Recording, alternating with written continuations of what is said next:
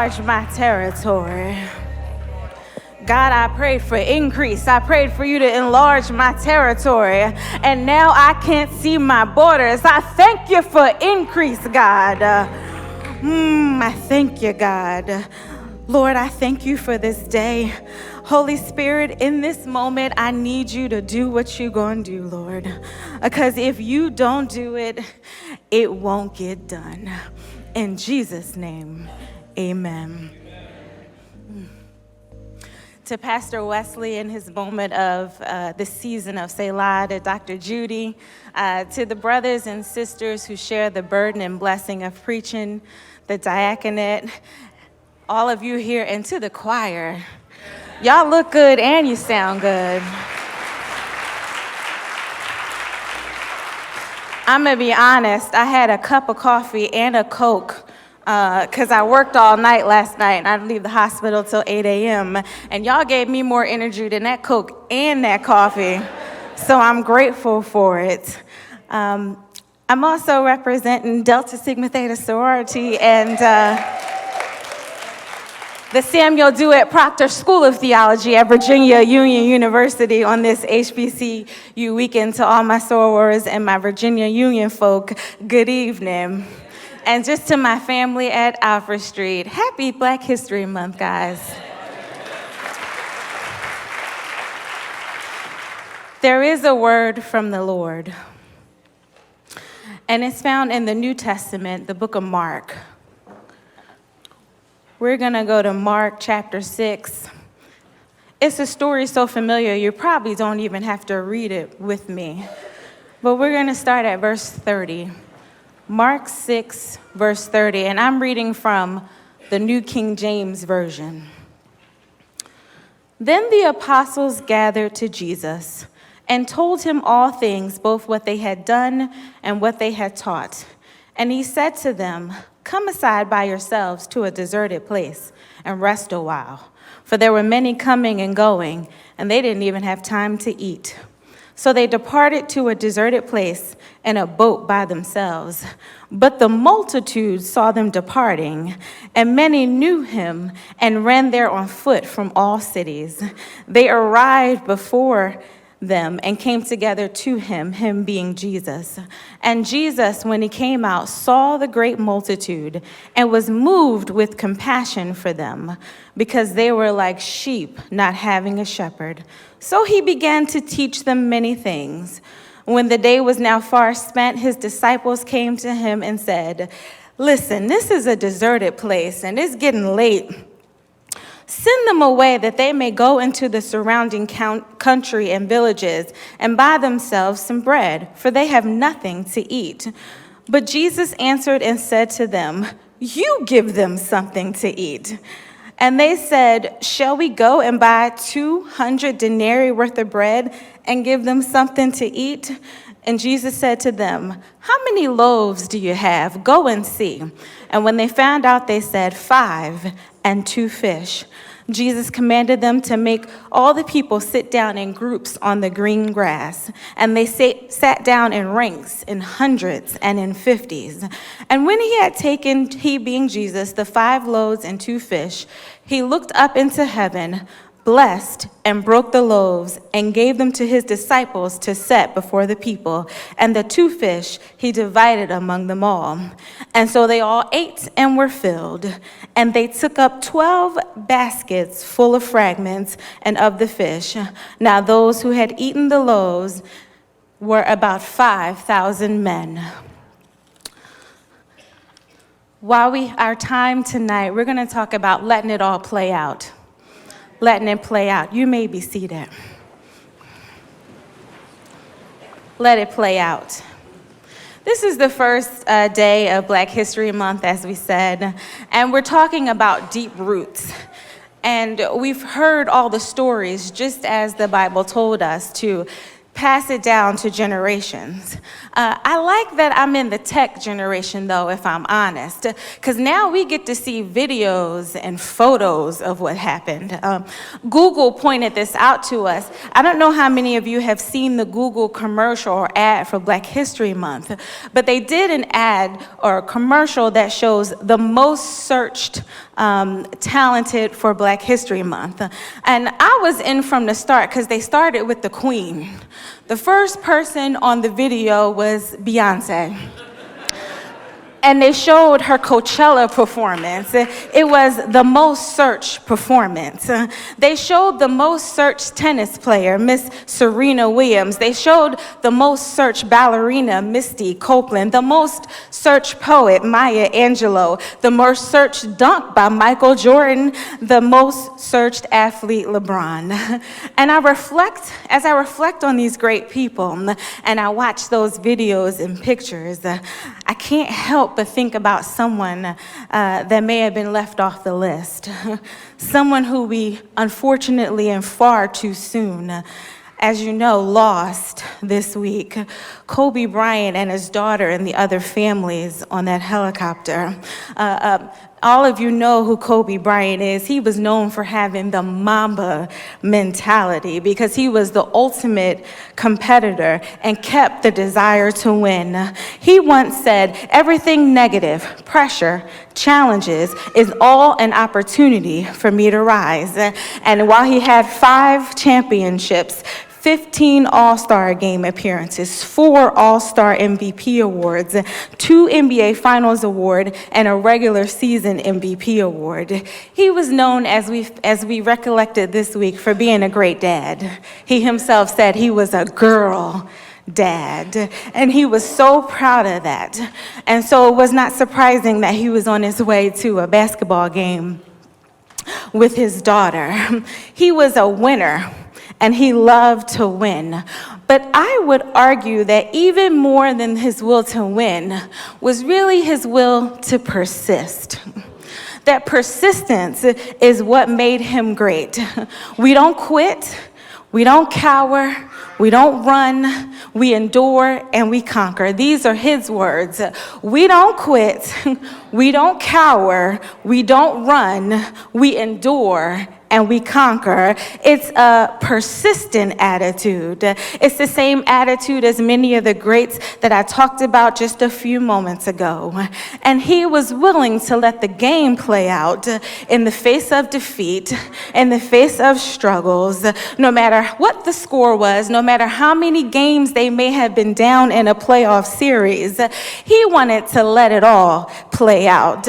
He felt that if he could compete, that he had a chance to win. That's really what the Mamba mentality was all about. And I just want to know tonight, if we could have a little of the Mamba mentality with what God has called us to do, that if we could keep going even in the face of adversity, could we let situations that seem difficult or impossible just go ahead and play all the way out? I just stopped by to tell somebody tonight that I don't know what you're going through, but you need to just let it all play out. I don't know what financial hardships you're going to meet. I don't know what's in the building, but you need to just let it play out. I don't know what hill your relationship has to travel over, but you need to let this thing play out.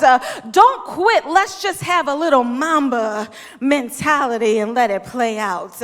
This is what I believe Jesus was teaching the disciples today, to just let things play out. Let's set the stage.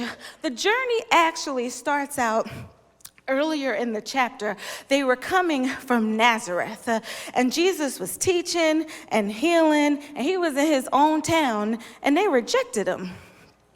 That would be like me in Philly and them rejecting me. I was like, where'd they do that at? They said, "Is this Mary's son? Isn't he just a carpenter?" And so after that, Jesus then calls the 12 disciples. He commissioned them to preach. He sent them out 2 by 2. He told them to travel light and trust the Lord, and they went on their way to preach. While they were healing and fulfilling their mission, they got word that John the Baptist was killed. And then now they're all coming back to Jesus. So they've healed, they've preached, they've lost someone, and now they're started coming back to Jesus, and Jesus says to them, let's go across the lake to a quiet place. The people see where Jesus is going, and they decide to go there on foot because they could tell where he was going on the lake. And when he saw how many people it was, he was moved with compassion.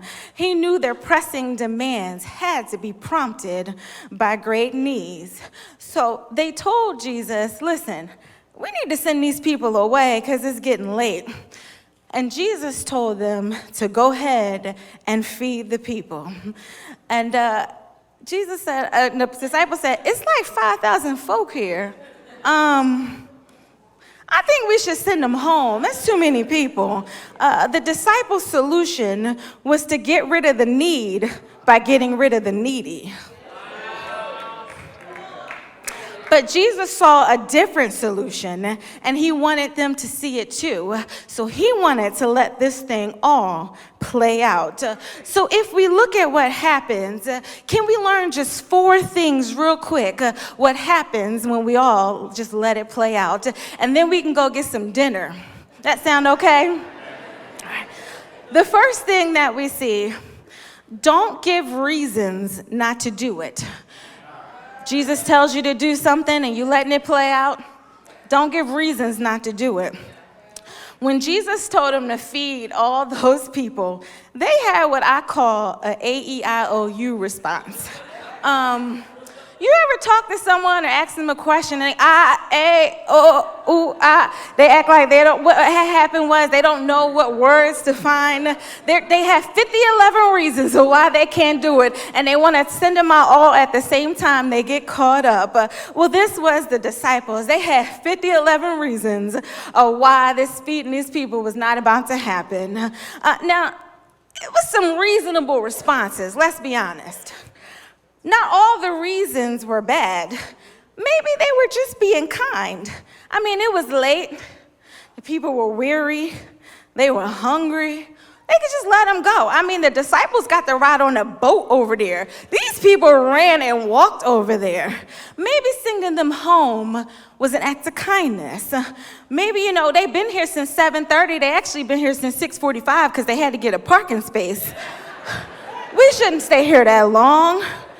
They can go home and get something to eat there. This sounds reasonable. But Jesus says, no, feed these people. Maybe it was more practical. They were tired. They were grieving. John was just killed. Maybe that's why they didn't want to do it. We all know what it's like to be tired. I'm tired right now, if I'll be honest.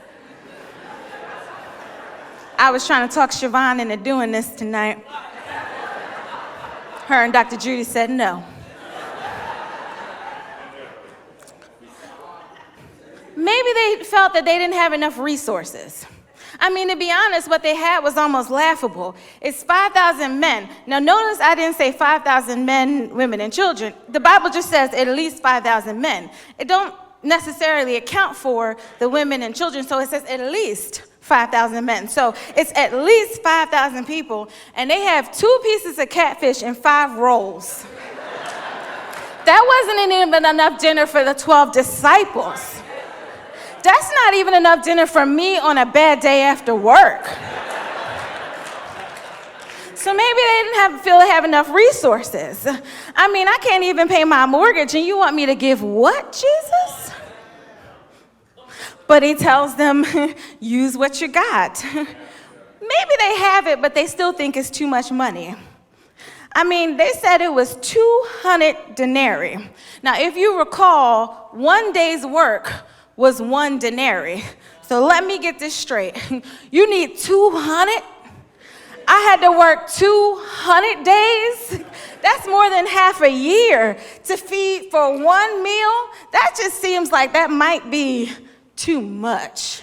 That might be a little too much. And then maybe they were just feeling themselves a little bit.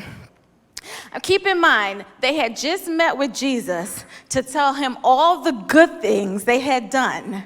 They told him that they preached the gospel. They told him that they cast out demons. They told him that they healed the sick. He had just called and ordained them, and they got all of this stuff done. Maybe they felt like they could lean on what they've already done. Maybe they felt like they gave enough that week and they didn't have to do any more. We've already done so much this week, and now you want me to feed all these people? I just listed all the things I've done. I paid my tithes last week. I volunteered on a Tuesday. I showed up at Bible study, and that's not good enough. But we can't rest on past service. We can't be satisfied with volunteer work we did before we get new mercies every day. So every day might be a new mission. So let me play devil's advocate, because there are a number of reasons of why you might be hesitant.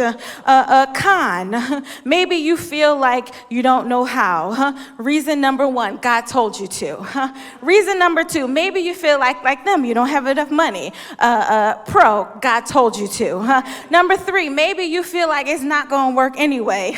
Pro number three, God told you to. Maybe four, I don't have enough time. Pro number four, God told you to. Reason number five, I'm tired. That's nice, but God told you to. Reason number six, I'm sick. I got the flu. My back hurts. My knees ain't working. That's nice, but God told you to. Reason number seven, I'm going to be honest, I just don't want to do it. Well, pro number seven, God told you to. Reason number eight, God told you to. Reason number nine, God told you to. Reason number 10, God told you to. And I just want to know, does anybody have a good enough reason to tell God no?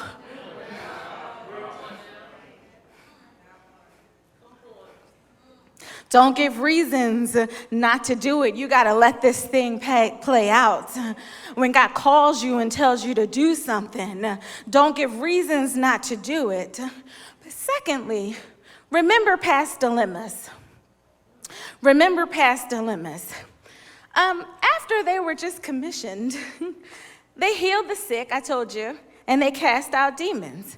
And the reason that people were following Jesus was because all of the miracles they just saw him do. They ran into all kind of problems and situations. And now we get here, and you want to send the people away? This seems too big. I mean, let's just run the list real quick, because we're in Mark 6. In Mark 1, Jesus cast out an unclean spirit, and the people of Capernaum said, "What new doctrine is this?" In Mark 2, he healed Peter's mother-in-law, and then later that night, he healed those who demon-possessed, and the demons weren't even allowed to speak. In Mark 2, he also healed a paralyzed man and forgave. In Mark 3, he took care of a withered hand, and he did it on a Sabbath. In Mark 4, he calmed the storm, and people had to ask the question, who could this be? In Mark 5, he healed the issue of blood of a woman, and then he went ahead and raised Jairus' daughter from the dead. So it stands to reason that if you've seen God do all of this, why are you hesitant now in Mark 6? And I just want to talk to someone tonight who might be in Mark 6. Didn't God heal you in Mark 5? Didn't he open up the windows of blessing of heaven and pour you out a blessing in Mark 4? Didn't he mend your marriage in Mark 3? In Mark 2, didn't he make those ends meet? And Mark 1, didn't he work things out for your good? Oh, let me remix Psalms 37 real quick. I once was young, and now I'm getting a little bit older, but I ain't never seen the righteous forsaken. Come on, Ty Tribbett. If he did it before, he'll do it again. Same God back then, same God right now. And the more you've seen God do, the more you ought to know what God can do. And that just leads me right on to point number 3. You need to be reassured that God's going to deliver. Don't give reasons not to do it. Remember past dilemmas and be reassured that God's going to deliver. When Jesus saw all those people, he had them sit down in an orderly fashion by groups. And he took the 2 pieces of catfish and 5 rolls. He held them up. He blessed them, broke it, and he feeds at least 5,000 people. And I'm going to be honest, I like the way Jesus did this. I mean, he could have rained down manna from heaven. We've seen that before. He could have just given them some wine. We've seen that before. But he takes what they have and he blesses it and he uses it.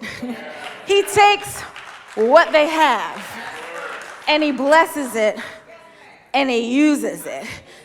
He didn't change it into something different. He didn't even give them something new. It's what they have. He blesses it and he uses it.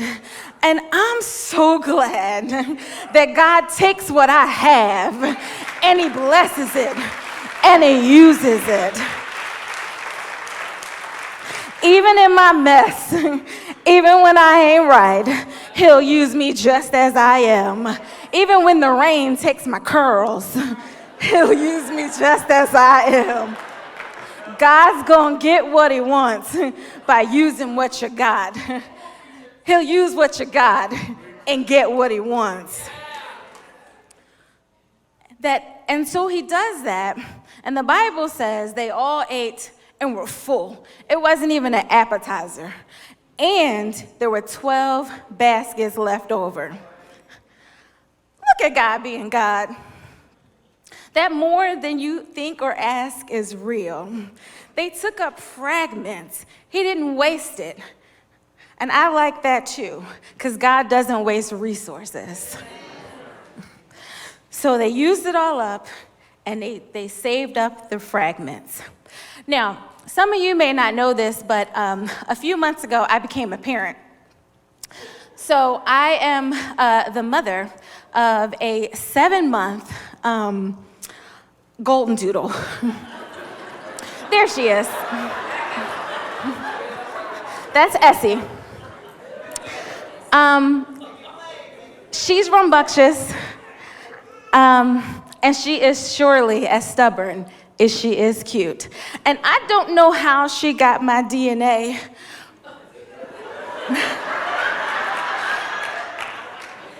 But she is independent, stubborn, and always wants her way. And if you know me, unfortunately, I mean, it's my house, right? So we go back and forth on a daily basis about what's gonna happen and when it's gonna happen. I mean, I pay the mortgage. I pay for her food. I pick up all her droppings. Even when she has a toy spread out on all 4 levels, she still decides to eat my pillow. And so I was trying to figure out how I was going to win. Because for the past 5 months, she's been giving me a run for my money. I took her to the old school town for dogs. I said, I need some training. And the trainer told me that I was a punk.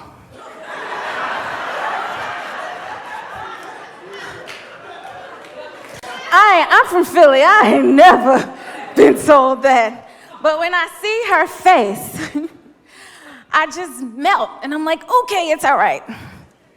But then I've gotten to the point where I'm like, I'm going to win. It's my house. And so we go back and forth. And I finally figured out it wasn't the training. It wasn't the fact that I told her every morning that I pay the bills. You're going to do what I say. I figured it out. It wasn't even the fact that I take her to daycare. I figured out how to win. I bribe her.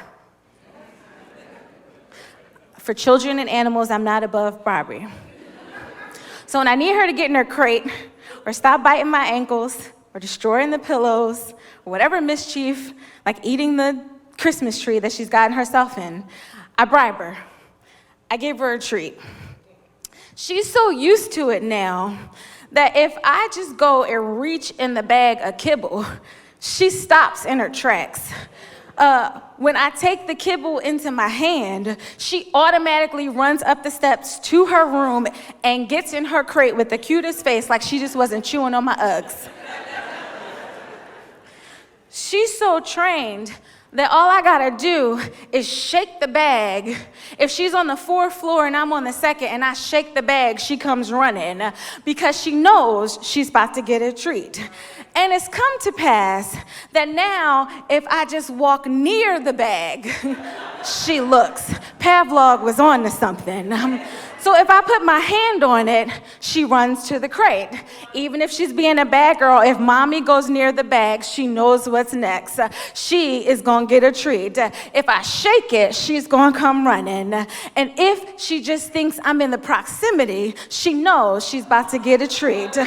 Y'all think I'm still talking about my baby and her treats. Even when we're in a bad situation, if God just puts his hands on it, we know he's about to deliver.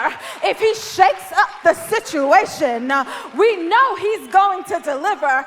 If he just comes near us, we know that he can deliver.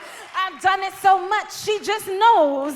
And God just done it so much, we ought to just know. He's blessed us so much, we ought to just know that he is going to deliver.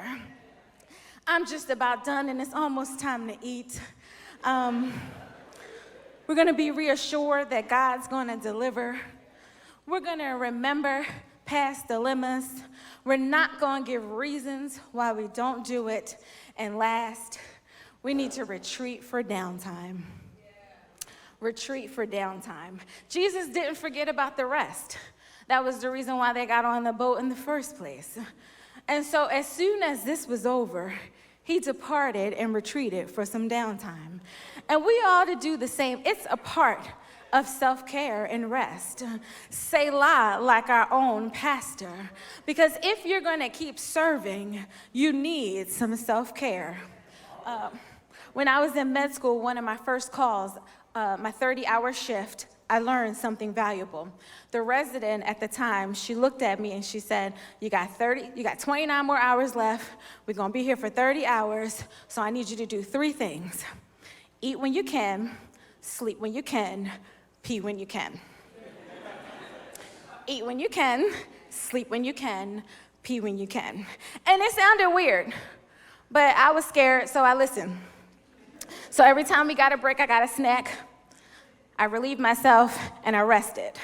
And now at about 15 hours into the shift, there was an emergent surgery. That surgery lasted 8 hours. I had to stand there fully gowned for 8 hours, retracting for 8 hours. I was so glad for those snacks and that bathroom break and the rest that I had. Eat when you can, sleep when you can, relieve yourself when you can. Jesus knew when it was time to work, and he knew when it was time to rest. But also notice that he went to pray. He went to relieve himself of the burdens of the day and the project he just accomplished. The hard day drove Jesus to prayer, not from prayer. Productivity does not replace prayer. Productivity in your ministry or in your mission or in your church product does not replace prayer. So rest and pray. Eat when you can.